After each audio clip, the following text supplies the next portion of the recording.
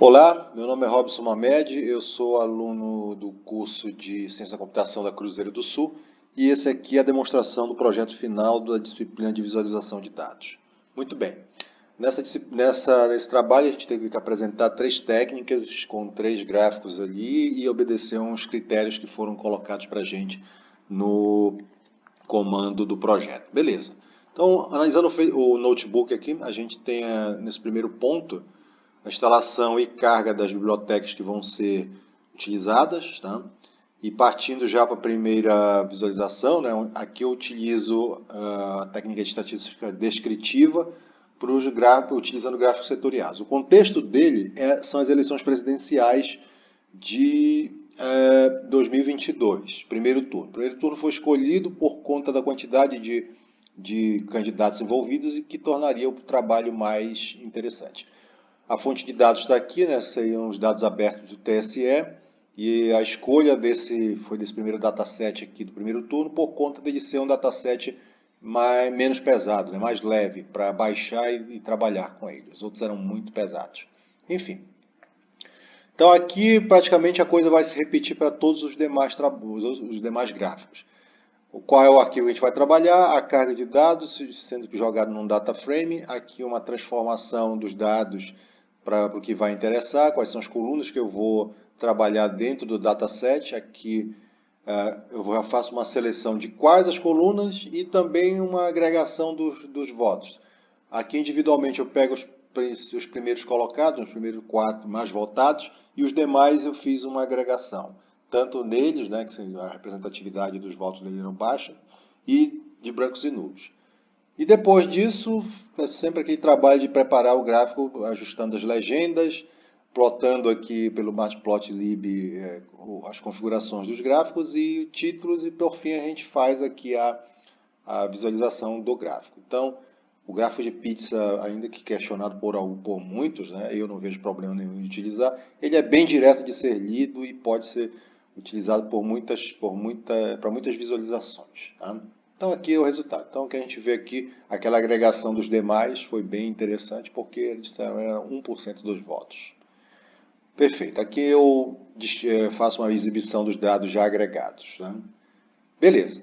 Na visualização 2, utiliza aí a técnica de dados temporais. Nisso os gráficos de linha são bem mais sugestivos.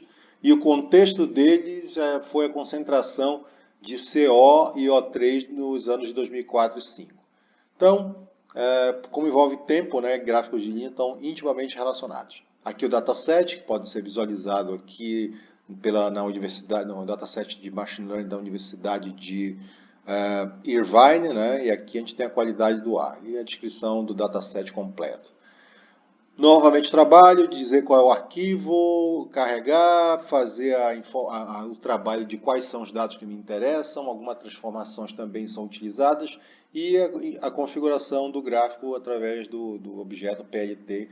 Isso aqui é bem recorrente quando a gente trabalha com gráficos. O resultado aqui são 2 gráficos em escalas diferentes. Em verde a gente tem a concentração de O3 ao longo de 12 meses, começando ali no março de 2004 e terminando em março de 2005.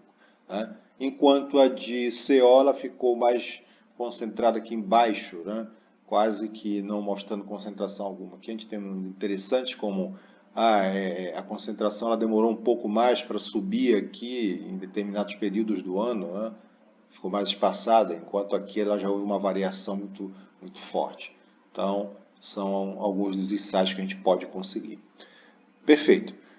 Na visualização 3, eu peguei a técnica de redes e grafos, aproveitando o gráfico de Node-Link, e o contexto foram as conexões de alunos universitários na rede Facebook e uma pesquisa feita pela Universidade de Stanford. Então, aqui está onde ficam os datasets, a descrição do dataset, né?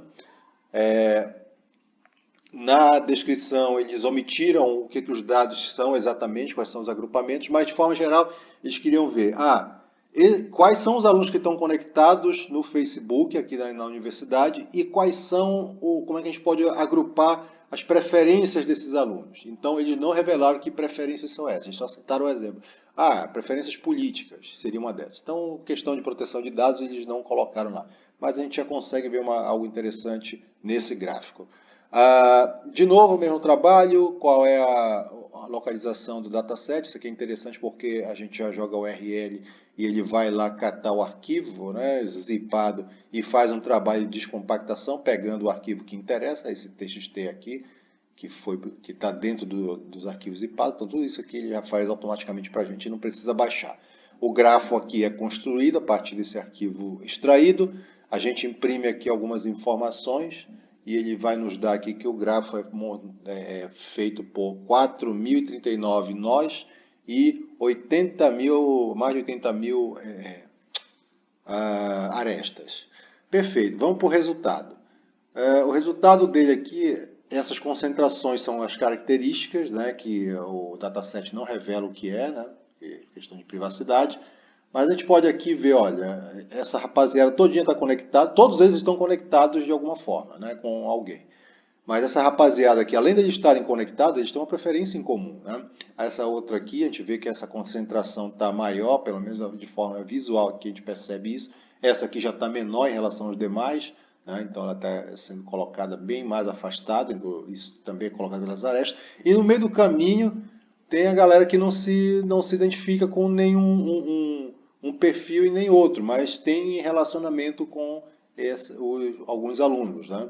Então todo mundo está conectado aqui, mas nem todo mundo está concentrado numa preferência comum. Então a galera talvez não tenha se identificado aí com o que estava sendo aferido. E é isso.